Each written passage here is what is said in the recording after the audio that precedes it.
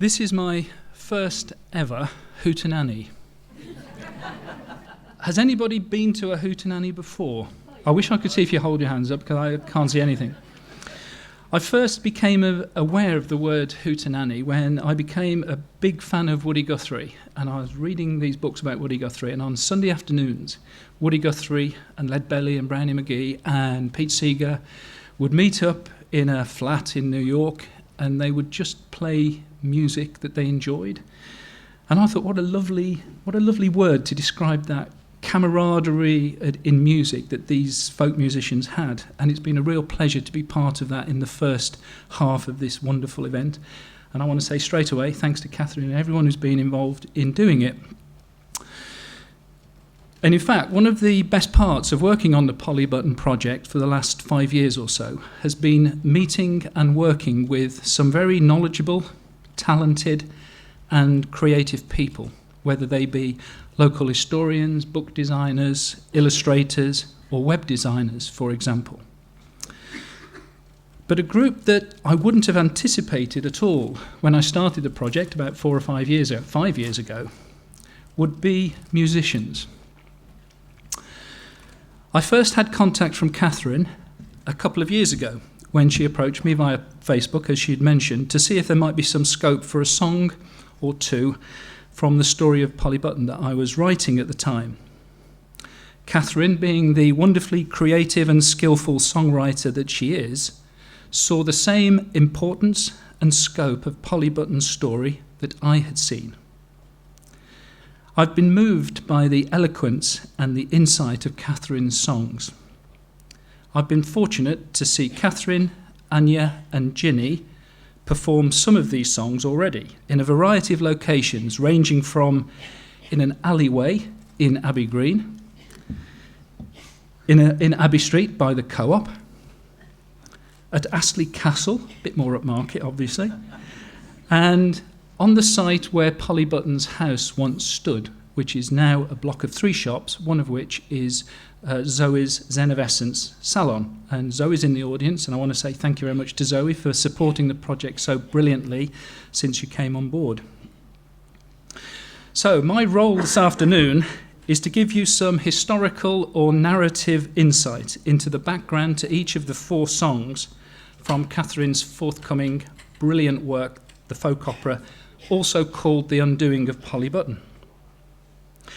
But before we start the second half of the concert, I'd like to make a few general comments by way of an introduction to the story of The Undoing of Polly Button.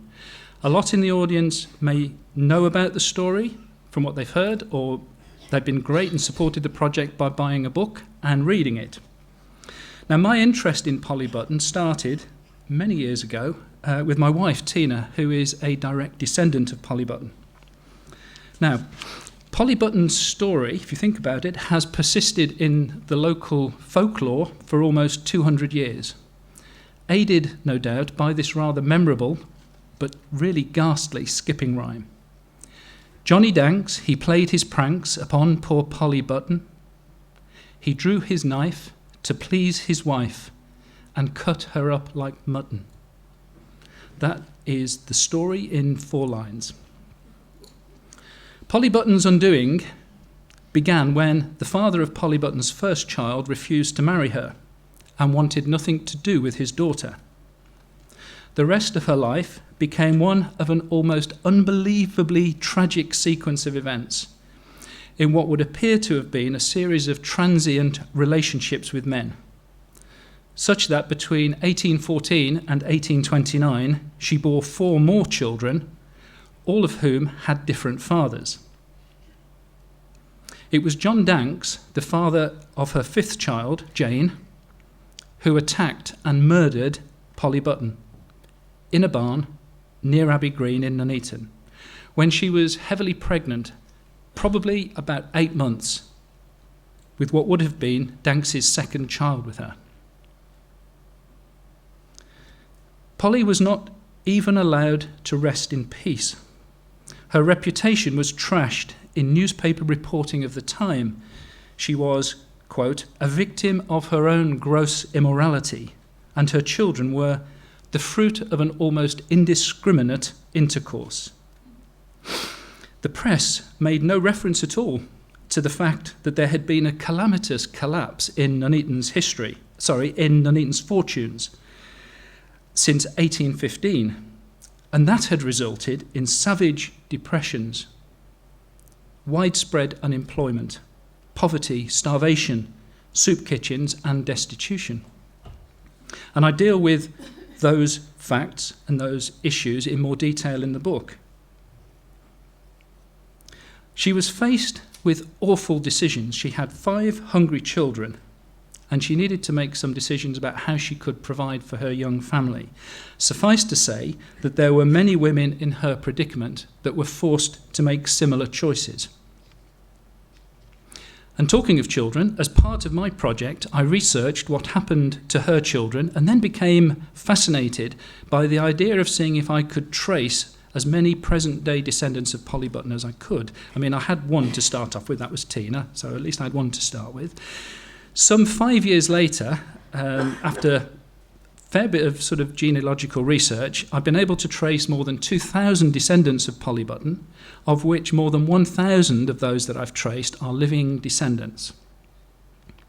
The overwhelming response of those I've contacted so far has been extremely positive. Sometimes the odd reticence, like, is this a scam? What are you after? But when they see the website and the Facebook groups, they sort of get over that hurdle very, very quickly. In fact, we've held 2 gatherings of descendants of Polly Button in Nuneaton, round about almost exactly a year ago. It was around the time of the anniversary of her murder. They came from across the country: North Wales, Plymouth, Cambridge, Leicester, Walsall, and obviously there were some from around Nuneaton as well. As part of my research, I also made contact with a living descendant of John Danks, a Dr. Stephen Heap, who actually works at the University Hospital in Coventry. He came along to the first gathering. He also revealed that he was an expert, a medical expert, on aspects of hanging, which I thought was quite an unusual, almost unbelievable coincidence. But he showed me his phone, he showed me the slides that he talks about in his lectures, so I said, wow. My research also revealed a number of connections between Polly Button and another of Nuneaton's famous daughters, George Eliot, and I'll mention just 2 here. Firstly, John Danks worked as an agricultural labourer for the family of George Eliot's mother, their family. Her name was Christiana Pearson, and he worked for the Pearson family on at least 3 occasions. Secondly, George Eliot based the character of the bullying and heavy-drinking lawyer Robert Dempster in the story Janet's Repentance. That's the last of the 3 stories of Scenes in Clerical Life. She based Robert Dempster on James Williams Buchanan, and in fact it was Buchanan who had helped Constable Haddon gather evidence at the scene of the crime, and also went to the site after the murder, after the trial, the day after the trial in fact, to try and find out how on earth what had happened, and Polly Button had managed to raise herself after being attacked and move a total of 23 yards. He just couldn't figure out how that happened. The fact that he did that resulted in Polly Button, the story, the case of Polly Button, being featured in national and international textbooks on medical jurisprudence. The undoing of Polly Button is both an incredible and an awful story. I don't think I was really prepared for how fascinating or how profound the story of Polly Button would turn out to be. However, it's a story that deserves to be told and shared widely because it is a unique account of a personal descent to a bloody and tragic end in the midst of a calamitous collapse in the community in which that person lived. This was the Industrial Revolution writ large and writ local.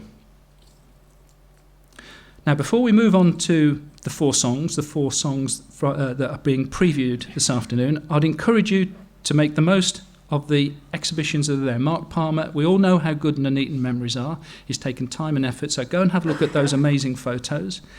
You'll see the one I've done on Polly Button. There is a really simple, straightforward 3-question quiz or competition. The forms are scattered throughout the lounge. £25 Joko gifts voucher at stake there. If you're struggling, I'm sure people will help you. I'll even help you. I'm just desperate for you to go and find out as much about Polly Button as you can.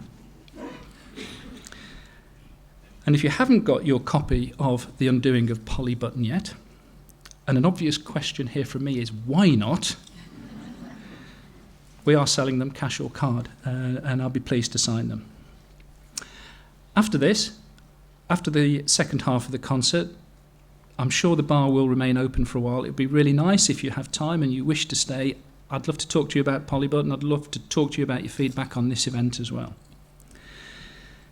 So, without any further ado, and to get us off to a somewhat upbeat start, it's now my pleasure to give the background to the first of this afternoon's 4 songs, Boomtown.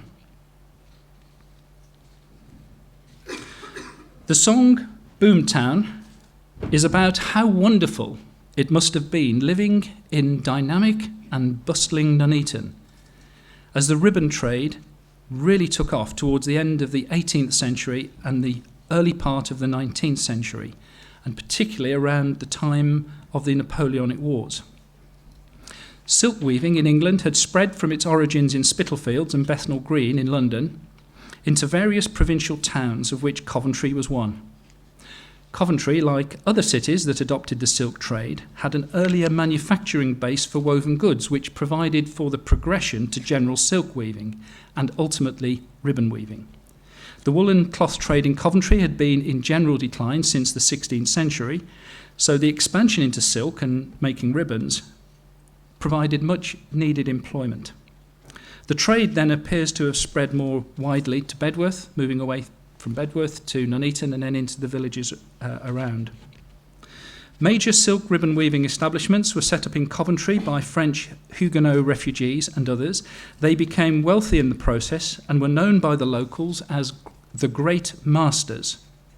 This phase marked the start of a rapid growth in ribbon weaving in the area, with Coventry at its centre and the expanding ribbon weaving communities in the villages and towns on its periphery to the north. Ribbon weaving as an industry generally prospered throughout the 18th century and early 19th century as the use of ribbons grew enormously. And I had to think, I knew nothing about ribbons. Why on earth was there such demand for ribbons? Well, I found out, and it's in the book. Ribbons became an essential element of fashionable female dress and domestic decoration. Consequently, Coventry and the ribbon weaving districts to the north of the city became the most important centre of silk ribbon manufacture in Britain. They were used to adorn not only gowns, where they were used as waistbands, sashes, frills and rosettes, but they were also used to decorate blankets and gloves, to tie hair up for a ball, to lace dainty shoes, and to ornament baskets, cushions and curtains in the home. Ornately patterned household fabrics could be decorated with ruchings, frills and rosettes. The huge increase in demand for more elaborate ribbons was to result in a manufacturing revolution in which Coventry and the surrounding area became the main hub for ribbon design and production in England. And this was commented on by a visitor to Coventry way back in 1782, who said, "About 80 years ago, the silk manufacture of ribbons was introduced here, and for the first 30 years or so remained in the hands of a few people who acquired vast fortunes. Since which it has extended to a great degree and is supposed to employ at least 10,000 people, and has likewise spread into the neighbouring towns such as Nuneaton and other places. Such real good results from our little vanities." Now this is one lovely aspect of what I really like about Katherine's songs. She spent 6 months doing the research, so when she sees a particular phrase or a word that she wants to build into a song, she does that, and she uses part of that quote that I've just mentioned. So listen out for it. So what made Nuneaton a boomtown? The economic and population growth in Nuneaton in the early decades of the 19th century was quite amazing. There was a rise of more than 60% in its population in just over a generation, from 1801 to 1831, where the population was just short of 8,000. To service the needs of a growing population, there was a surge in traders and commercial enterprises in the town. And in what may have been the most dynamic phase of Nuneaton's commercial growth ever, the number of people who ran some sort of trade or business in the town almost doubled, from just 98 in 1791 to 192 by 1828. With the number of different trades, this is the breadth of the industry and trade that came to Nuneaton, increasing by almost a third.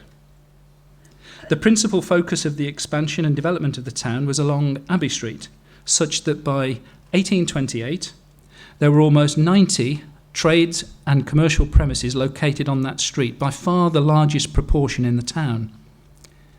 Polly Button's house was in a courtyard in Upper Abbey Street. It was actually court number 8. It was also called Twitchell's Yard. And she and her family would have used the busy and bustling Abbey Street as their main thoroughfare to and from Marketplace in the town centre. A commercial directory of the period made the following observations about Nuneaton. The manufacture of ribbons gives employment to many hands and is the staple trade of the place. Considerable improvements have been made within a few years in the town, the appearance of which, at a period not very distant, was by no means prepossessing. The peak of ribbon weaving in Nuneaton had actually occurred during a period of the town's history called the Big Pearl Time, which lasted only 2 years, from February 1813 to November 1815. And you'll hear this purple patch in Nuneaton's history referred to in the chorus of this song, Boomtown. In this period of great prosperity, there was a sudden fashion and a huge demand for a special type of ribbon with wide pearl edges, known as picot edge ribbons, that had decorative scallop loops around the sides. Manufacturers had great difficulty keeping up with this demand, and during this period, weavers could charge almost any price for their labour. With perhaps a quarter of the country's menfolk away, serving in the army, fighting Napoleon, manufacturers competed against each other for the available labour, and wages rose to an extraordinary level. That's the background that explains Nuneaton as a boomtown. So please give a warm welcome to the members of the cast of the forthcoming folk opera, The Undoing of Polly Button, who will now perform Boomtown.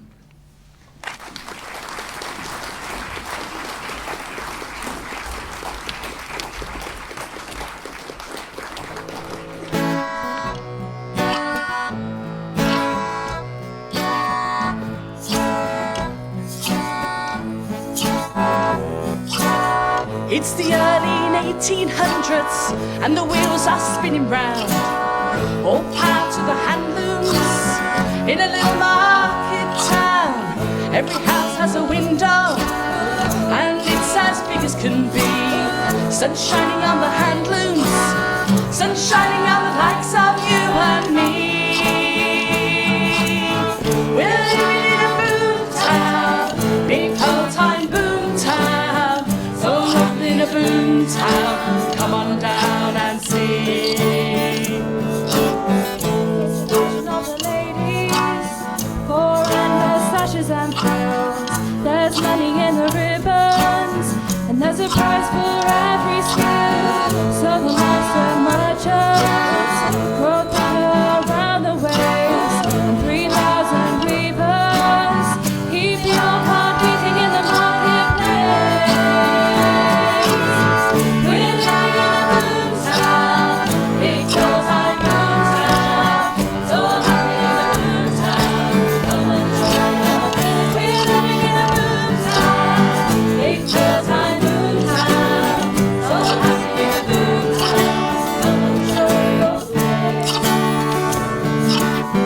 Now the lady's in the parlour, you can show she never sees any hand that's furnished her little vanities. But Saturdays be drinking and Sunday rest will be us around the same night.